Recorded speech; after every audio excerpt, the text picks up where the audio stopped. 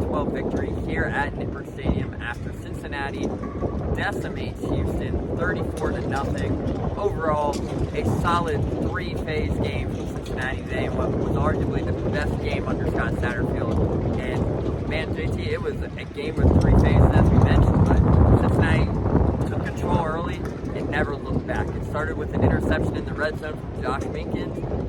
Brendan Sorsby turned it into 7 with the touchdown to Xavier Henderson, and from there, Cincinnati never looked back. Overall, what did you think of the day? Man, it was a pretty solid boat racing of Houston. And it wasn't on my bingo card. I'm not saying Houston was one of the better teams in the Big 12, but this team held Oklahoma to 16 points at Oklahoma.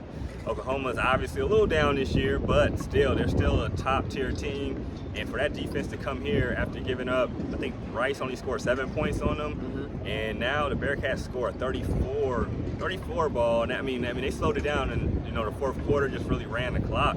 This could have definitely been a 40-point plus game if the game was moving fast. And I mean, it was great off three phases, 3 takeaways.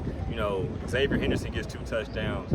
Sorsby plays a great game, 3 touchdowns. Starts the game 11 for 12. And the one was, ball that could have been caught. The Houston guy made a hell of a play on Royer.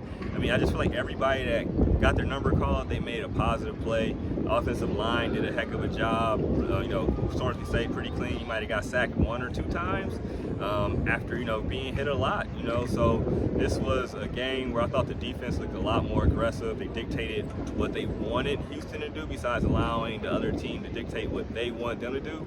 So I think it's a step in the right direction because, Houston is a solid team. They're not great, but a solid team, and the Bearcats did what they were supposed to do at home, protecting the nip. Yeah, and I'll chime in on that. Donovan Smith was held to just 73 yards in this one, and that was a key thing we talked about heading into this game. And I mean, you look down at the stat sheet, you hold a quarterback to 73 yards with 1 completion going for 52 yards, so he finishes the day 11 for 16, 73 yards, and 52 of them come off 1 play, so you hold Donovan Smith to 2 yards per completion roughly. Yeah. That's an insane performance from the Cincinnati defense, and 3 takeaways. Makes it the 3rd straight game with the takeaway on the opening drive. I think this 3-3-5 defense is really starting to cause a lot of troubles, and you can see it starting to gel together, so it's a very great sight to see.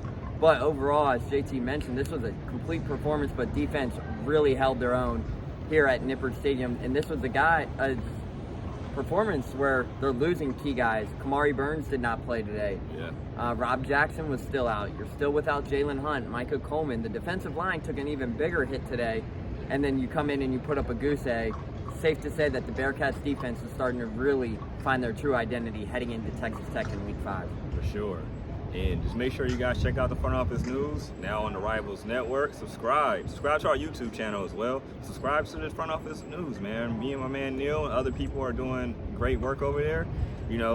Donate your time, join our forum, man. We try to keep everybody abreast of what's going on with the Bearcats, and we would appreciate you guys to join our forum and talk a little bit with us. But make sure you check out the Front Office News. Say that again because the recap will be up. Video of Coach Satterfield, Brendan Sorsby, Josh Minkins, Gavin Gerhardt, and Derek Canteen. So, and as well as our vlog as well. So just make sure you check that out. Like, subscribe, tell a friend to follow the Front Office News. You won't be disappointed, man. I'm JT Smith. And I'm Neil Meyer. We're signing out.